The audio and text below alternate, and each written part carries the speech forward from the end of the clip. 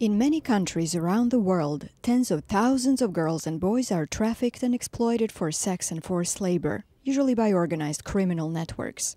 Men who recruit girls often pretend to be a boyfriend or a family member or someone who is offering a job. Asia, now 20 years old, is perhaps a typical victim. At the age of 18, with no job and no money, she thought she had met the man of her dreams. Instead, she was lured by a 21-year-old pimp and coerced into the sex trade. And that is like a business deal.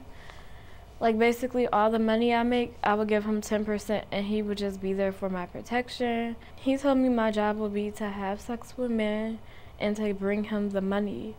The first thing I ever did was watch the other girl have sex with somebody to get an idea of what I was supposed to do. The pimp advertised her services on the popular website Craigslist, and calls started coming in. I would have to wait on them to come, wait till I see their car in the parking lot, then tell them my room number, and still be nervous, and then have sex with them no matter the age, race, job, whether they were married or not, had kids, whether they had a disease or not. How did I know? Asia was working 15-hour days, often having sex 10 times a day, and bringing all the money to her pimp. Over $1,000 a day, and he would just get it and take it to the bank, or go hang out to something that they call pimp parties. Asia had a troubled childhood. Her mentally ill mother left her in a hospital when she was born. Raised by her grandmother, she had a baby at the age of 17, whom she gave up for adoption. As a victim of sex trafficking, she ended up in the Washington, D.C. area, was caught in an undercover police operation and went to jail together with her pimp. But after that, her life took a turn for better, thanks to the Fair Fund. And they've aided in that, so many things. Employment, it's learning how to be independent, housing.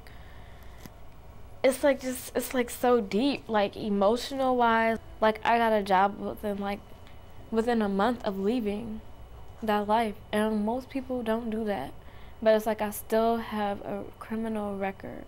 We've helped over 350 young people escape situations of labor and sex trafficking in our 8 years.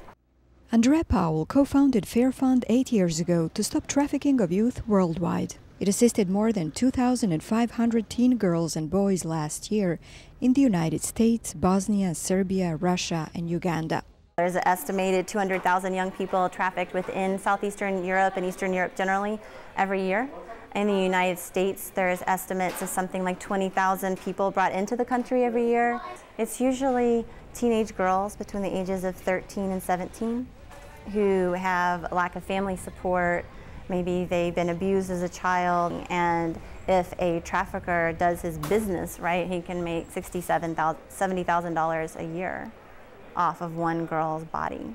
Fair Fund provides training to teachers, social workers, police, lawyers, and others on how to best identify and assist high-risk and sexually exploited or trafficked teens. It also provides some job training for survivors. In the meantime, Asia has moved on with her life and is now a Fair Fund advocate. Her emotional scars are, however, still fresh. I have panic attacks when I see someone who looks like the person that held me hostage.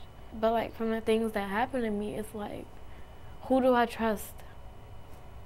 Who do I tell my name to? Who do I give my phone number to? If you do decide to get out, you're gonna be very happy you did, because the grass is greener on the other side, but I never have to deal with that again, ever. Amra Alirejsovic, VOA News, Washington.